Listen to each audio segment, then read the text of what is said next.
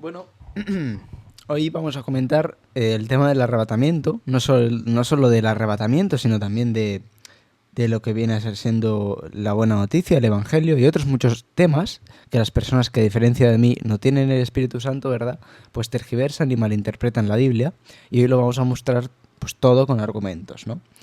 Y con esto yo no quiero ser una persona soberbia al decir que tengo al Espíritu Santo yo y otras personas no, simplemente pues ser recto y decir la verdad. Es decir, yo tengo el Espíritu Santo porque ahora sí voy a un bar, de prostitutas, ¿vale? Por poner un ejemplo, pues yo sigo teniendo el Espíritu Santo jamás se va de una persona, ¿vale? Antes sí pasaba en la Biblia, ahora no. Ahora en estos tiempos siempre el Espíritu Santo permanece, ¿vale? Dios ya lo dice, que nosotros somos infieles, pero Él permanece fiel. Y, y bueno, y tampoco os estoy dando un ejemplo de que vosotros ahora vayáis y vayáis a estar con prostitutas o vayáis a fumar. No, simplemente lo digo para hacer mención de que obviamente cuando yo sigo pecando, ¿no? Porque yo soy pecador y tú también eres pecador. Y vamos a seguir pecando, lamentablemente, ¿no? Entonces, cuando nosotros sigamos haciendo estas cosas, seguiremos obviamente teniendo al Espíritu de Dios, ¿vale? Pero también al mismo tiempo eso no significa que nosotros tengamos que pecar porque jamás perdemos una salvación la cual dura para siempre porque es eterna, ¿verdad? Es decir, si Dios dice que hay una salvación que dura para siempre, porque la definición de eterno es eso, que dura para siempre, entonces tú lo que no puedes decir es que no, la salvación se puede perder, no, ahí estás mintiendo. No, es que entonces puedes hacer lo que te da la gana y ir al cielo. Sí, puedes hacer lo que te da la gana y ir al cielo por el simple y mero hecho de que la salvación no se hace con las obras. Es decir, yo soy salvo ¿de qué? De la condena por mis pecados. ¿A qué somos condenados? A estar sin Dios por toda la eternidad, que eso se refleja en la muerte. ¿Y por qué esto dices tú que es la muerte? ¿No? Que te consideras aquí una persona soberbia porque tienes razón. No. Dios le dijo a Adán que moriría el mismo día que pecaba. Y Adán no murió. Entonces la Biblia es una mentira y Dios, todo esto es una secta. Bueno, esta es la primera cosa que tú puedes estar de acuerdo. O si me oyes a mí, si me escuchas, si yo con argumentos, ¿verdad? Con cosas que son así reflejadas en la Biblia me escuchas, entonces tú podrás decir que yo tengo la razón, pero no porque yo lo diga, sino porque lo dice Dios. Entonces, o Dios ahí mintió y todo esto es mentira, porque ya si Dios miente, pues ya no es Dios. O entonces Adán murió cuando pecó, porque Dios dijo que moriría cuando pecaría, cometió la primera desobediencia a sabiendas, eso es el pecar, y entonces pecó, y entonces Adán murió. Entonces tú puedes decir eso, vale, Adán murió, vale, pongamos que Adán murió. ¿Y cuándo murió Adán? Porque Adán siguió vivo 969 años. ¿No? Eran 969 años, ¿verdad? Si no mal recuerdo. En fin, al caso, sí, Adán murió, pero murió para Dios. Como Adán pecó, ya su relación con Dios se fue al garete, espiritualmente hablando, su espíritu murió, pasó de ser una persona como Dios, en semejanza a Dios, trina, con cuerpo, alma y espíritu, a no tener relación con Dios y por ende ahora, por su pecado, merecerse el infierno y ir directamente al infierno. Es ahí donde entra la persona de Cristo, es Él la condenada por todos y cada uno de los pecados de toda la raza humana para que ahora el ser humano no pueda decir que no ha sido salvado del infierno, ¿vale? Pero por todos los pecados son todos los pecados que se puedan cometer y dejar de cometer. Es decir, no hay ningún, pero de verdad, no hay ningún solo pecado que ahora el ser humano cometa y entonces por este pecado el ser humano se vaya al infierno. Ni uno. Ni el de insultar al Espíritu Santo, ni el de suicidarse, ni el de... ninguno. No, es que si tú insultas al Espíritu Santo entonces es un pecado imperdonable. Bueno, el pecado imperdonable es el no creerle al Espíritu Santo. Esto es el pecado imperdonable. Yo si me enfado con Dios, puedo, obviamente, y seguro que es obvio, a todos nos ha pasado alguna vez, que insultamos a Dios. Le insultamos porque es una persona, nos enfadamos con Dios y con nuestra vida, y tenemos ganas de insultar a esa persona. Es algo lógico y normal.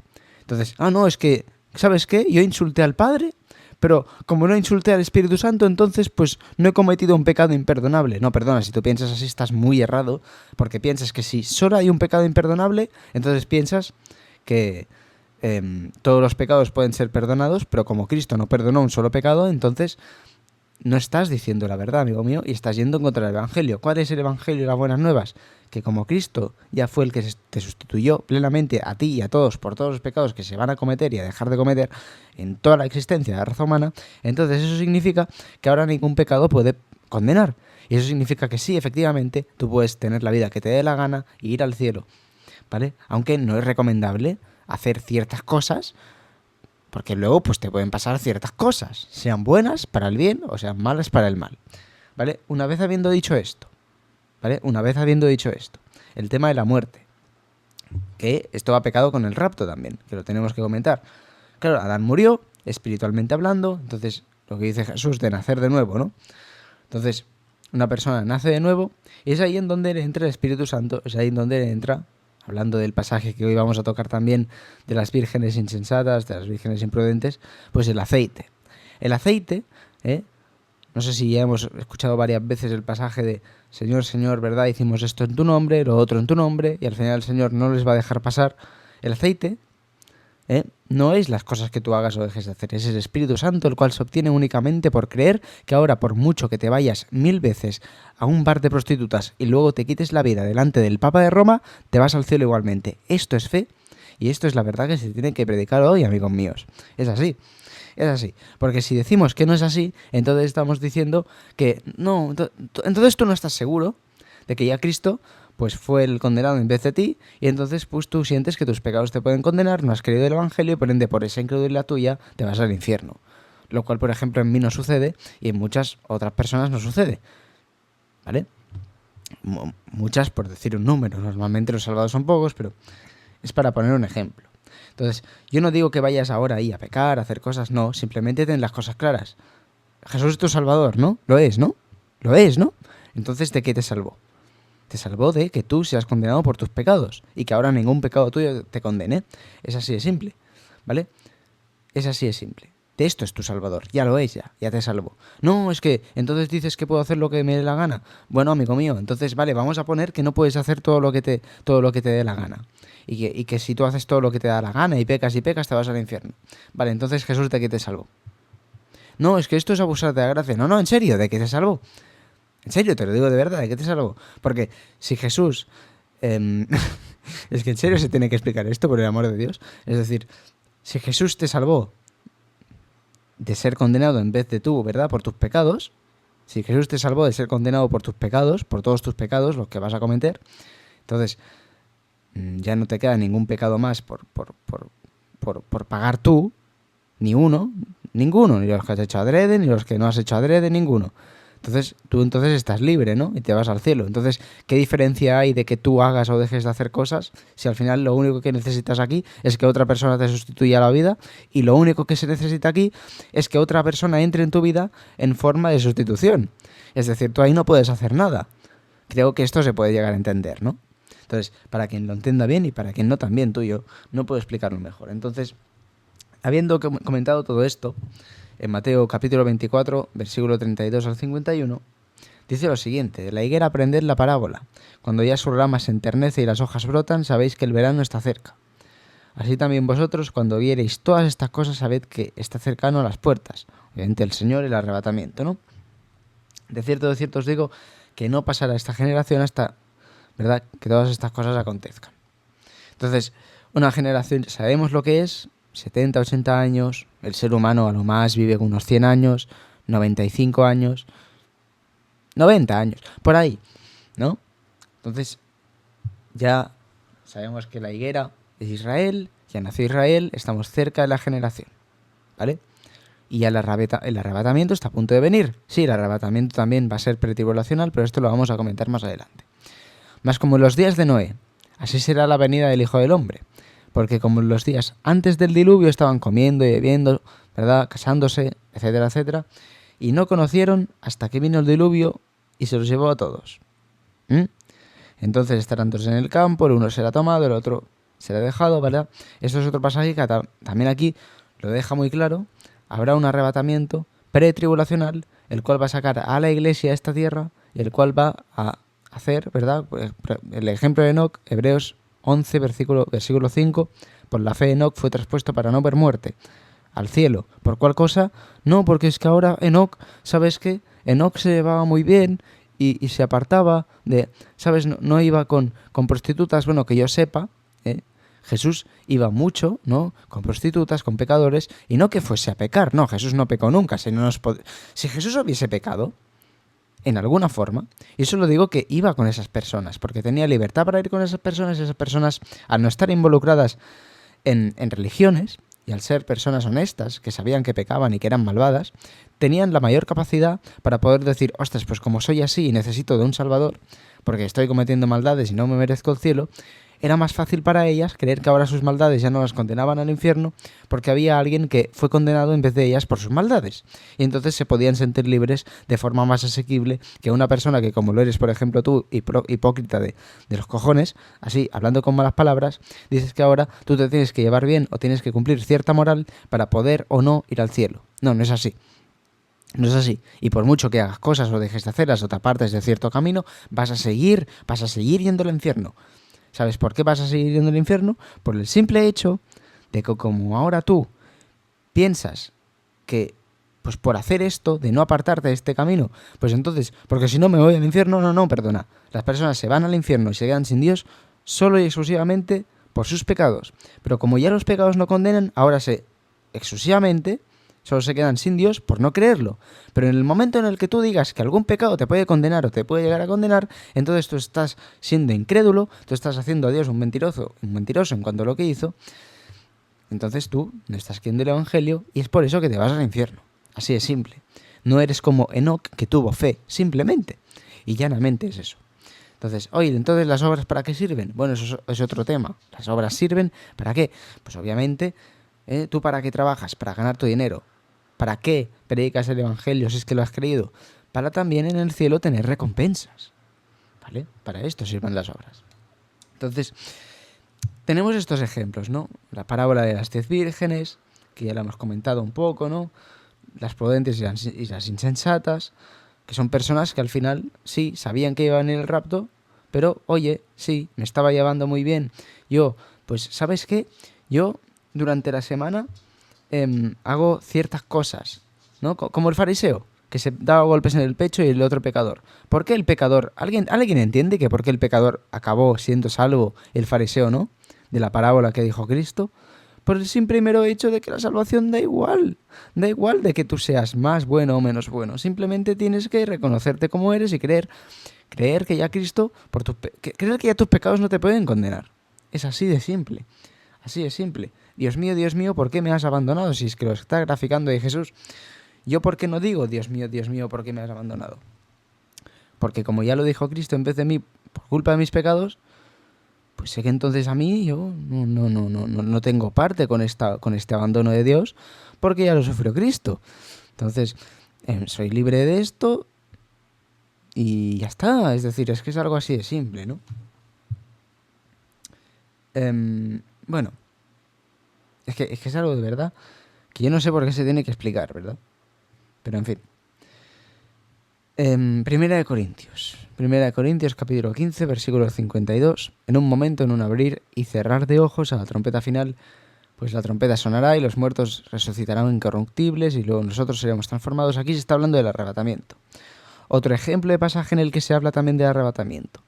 Porque el Señor mismo, con voz de mando, con voz de arcángel, estoy un poco raro ahí con la voz, y con trompeta de Dios, descenderá del cielo. Y los muertos en Cristo resucitarán primero, luego nosotros, los que vivimos, los que ya hemos quedado, seremos arrebatados juntamente con ellos en las nubes para recibir al Señor en el aire. ¿Vale? Ejemplos de lo que viene siendo el arrebatamiento y ejemplos de qué. ¿Ejemplos de qué? Por ejemplo, tenemos en Apocalipsis capítulo 4, versículo 1. Hay muchas personas que dicen que va a sonar una trompeta, un shofar. Bueno, yo soy más de los que piensan que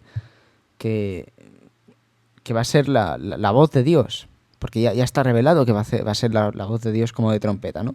En Apocalipsis capítulo 4, versículo 1, después de haberse cumplido todas las iglesias, todo el mensaje para las iglesias, y de por ende, como gente como yo, haberse cumplido toda la iglesia de Cristo, todas las personas que saben que por sus pecados ya no van a ser condenadas y que se sienten libres por ello, las condena por sus pecados, obviamente, no se sienten libres de tomarse un café, ¿vale? Es algo lógico. Que saben que por mucho que hagan pecados se van al cielo. Así de simple. Que no les condenan sus pecados, ¿vale? Y que no por ello lo hacen, o sí. Cada uno tiene libre albedrío. Entonces, pues aquí tenemos, después de esto miré y vi una puerta abierta en el cielo y la primera voz que yo había oído como sonido de trompeta que hablaba conmigo. ¿Veis? Aquí tenemos claramente, ¿verdad?, al Señor que nos va a llamar como con una voz como de trompeta. Entonces yo soy de los que apuestan más, es que ya está revelado aquí, pero bueno, apostar, que el Señor nos va a llamar con voz de trompeta. Porque el Señor tiene una voz imponente de trompeta. Una trompeta, boom, boom, ¿no? Entonces, eso. Dice, sube acá y te mostraré las cosas que deben suceder después de estas. O sea, el Señor nos va a revelar en el cielo todo lo que va a suceder durante la gran tribulación. Y nosotros gozosos vamos a estar gozosos de las personas que vayan tanto a ser salvas por ser mártires como no serlo, debido a la justicia de, pues, sus obras en este caso sí, o sus maldades, pues Dios ahí, obviamente, bueno, la justicia va a hacer que sean condenadas para siempre, ¿no? Tenemos en Juan 14, ya faltan pocos versículos. Juan 14, versículo 2 al 3. En la casa de mi Padre muchas moradas hay. Si así no fuera, yo os lo hubiera dicho. Voy pues a preparar lugar para vosotros. Y ahora más adelante es lo más interesante. Y si me fuere y os preparare lugar, está hablando la iglesia, en este caso los apóstoles, que ya formaban parte de la iglesia, vendré otra vez. Esta es la promesa. Y os tomaré a mí mismo. Porque nosotros en forma literal somos Dios. En forma literal, no el Dios, no la cabeza. Pero somos parte de Dios, somos trinos. Él mismo dijo, yo os dije, sois dioses. Y somos parte de Dios, somos parte en forma literal de Dios. No en forma de nuestro cuerpo, porque somos pecadores. Pero en forma espiritual tenemos su espíritu, somos parte ya de Él. Y es por eso en donde se grafica ahí que tenemos vida eterna, porque estamos con Él, porque somos Él, al final. Y yo soy un dedo. El otro puede ser, ¿no? Lo que dice Dios, que somos un cuerpo, la iglesia. Entonces, Dios se va a llevar a todo su cuerpo, a toda la iglesia, ¿verdad? Os tomaré a mí mismo, la iglesia completa, y entonces va a comenzar otra vez la cuenta regresiva de las 7, ¿verdad?, de las 70 semanas de Daniel en años, la última semana en años, para tratar con el pueblo de Israel, ya no con la iglesia. Ya se terminó la gracia, ya no vas al cielo solo por creer, ¿vale? Ahora esto lo vamos a ver más adelante. Para que donde yo estoy, vosotros también estéis, ¿verdad? Y os tomaré a mí mismo. Así es simple, esto es el arrebatamiento, señores. No puede ser otra cosa. Primera de Tesalonicenses, capítulo 5, versículo 9. Porque no nos ha puesto Dios para la ira, sino para alcanzar salvación por medio de nuestro Señor Jesucristo. El ejemplo de que, efectivamente sí, el arrebatamiento es pretribulacional y Dios no va a derramar la ira contra sí mismo, porque sería como hacerse puñaladas a uno mismo. ¿Vale? Así de simple. Tenemos el ejemplo de Lot, el ejemplo de Noé, amigos míos. Como ellos, antes de que Dios derramara la ira contra el mundo, fueron librados de eso mismo. ¿Vale? Sí, la iglesia ha sufrido por muchas tribulaciones, pero no por mano de Dios. ¿Vale? Tenemos en Apocalipsis, capítulo 3, versículo 10. Por cuanto has guardado la palabra de mi paciencia, esto es una carta a la iglesia de Filadelfia, pero tenemos en Mateo 24, versículo 13, en Romanos 15, versículo 4, que las cosas que se escribieron antes para nuestra enseñanza se escribieron a fin de que por la paciencia y la consolación de las Escrituras tengamos esperanza. Aquí se está hablando de nosotros, de la iglesia, que para nosotros se escribieron y para nuestra enseñanza. Dice, porque las cosas que se escribieron antes, ¿vale? Aquí se está hablando de la iglesia de Filadelfia, ¿vale? Es una iglesia que vino antes, que el mensaje en general debiera ser para antes, pero también es para nosotros, porque tenemos en cuenta el pasaje de Romanos 15:4, para nuestra enseñanza se escribieron, tenemos en cuenta que tenemos un mismo espíritu y el mensaje va dirigido a las mismas personas, y lo que dice es que por cuanto has guardado la palabra de mi paciencia, yo también te guardaré de la hora de la prueba que ha de venir sobre el mundo entero para probar a los que moran sobre la tierra. Un ejemplo más de que, señores, el arrebatamiento, la iglesia no va a estar aquí. no va a estar aquí, ¿vale? Es un mundo en tinieblas, un mundo sin paz. Mi paz les dejo, mi paz les doy. Mientras yo esté aquí en la tierra, cuando yo sea quitado, ya no habrá paz. Es así de simple. Mateo 24, versículo 13. Mas el que persevere hasta el fin, este será salvo. Entonces la salvación vendrá por perseverar, por ser un mártir, por no adorar a la bestia ni marcarse con la, ¿verdad? Con la imagen, ¿qué era? Y, bueno, ahora me he quedado en lapsus, pero bueno, ya sabemos, ¿no? Por no adorar a la bestia ni ponerse así de la bestia. Ahora, no, ahora me he quedado en lapsus, pero bueno, en fin, eso, ¿no? Entonces, sería un poco esto, señores, sería un poco esto lo que viene a ser siendo el tema del evangelio, el arrebatamiento y todo, ¿vale? Y sobre todo, revisaros a vosotros mismos, ¿no? Oye, que hay algún pecado, que hay algo que tú puedas opinar que te pueda llevar al infierno. Bueno, entonces tú no eres salvo, no porque lo diga yo, sino porque entonces piensas que hay algún pecado que Cristo no te lo ha perdonado y que entonces tengas que ser tú el que lo pague en el infierno. Más si tú crees la verdad, que a Cristo pues te perdonó todos los pecados y por ende, a ver, te perdonó todos los pecados. Tú ya no hay ningún pecado que tengas que pagar tú quedándote sin Dios, que eso es la muerte, estando sin Dios para siempre. ¿Vale? ¿Vale? Es así de simple. Es así de simple, amigo mío. No hay ninguno. Ninguno. Lo único que hasta que tú no lo tomes así, pues obviamente no te vas a sentir libre de esta condena y vas a seguir siendo una persona incrédula a este mensaje de salvación y por ende no vas a ser salvo por esta incredulidad tuya, ¿verdad? Yo en este caso sé que lo que haga, lo que sea, no me condena, ¿vale?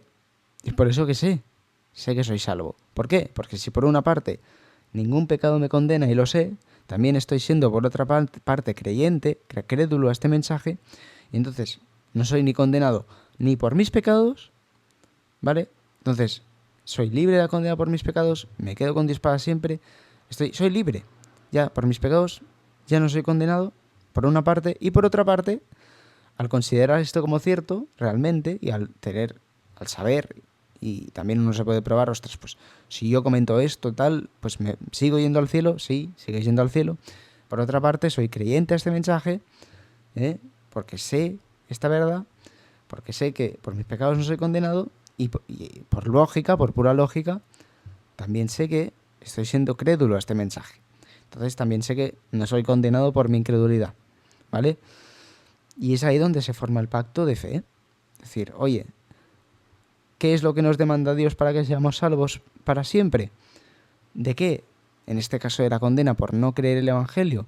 Pues justamente creer el Evangelio, señores. Oye, no hay ningún pecado que te pueda condenar por mucho que lo hagas, porque yo fui el condenado por todos tus pecados. Oye, ¿esto es así? ¿Lo crees? Entonces tú cuando lo tomas por cierto, ya está, en un abrir y cerrar de ojos, como el arrebatamiento. Ya has sido crédulo a este mensaje, has sido sumergido en ti el Espíritu Santo, has sido bautizado en fuego y tienes una salvación que dura para siempre, que es eterna, por el simple y mero hecho de que, bueno, de que como ya sabes perfectamente que ningún pecado tuyo te va a condenar, entonces ya por mera lógica sabes que te vas al cielo y sabes también que al haber sido crédulo a este mensaje, pues no puedes volver atrás con una máquina de tiempo del Doraemon, ¿no? Por poner un ejemplo. Y bueno, y dejar y no haber creído este anuncio, ¿no? Ya lo creíste, ya te pifias, ya te vas al cielo, ¿eh? Ya te vas al cielo. Entonces es así, señores, es así. Y nada, nos vemos en próximos vídeos. Un saludo.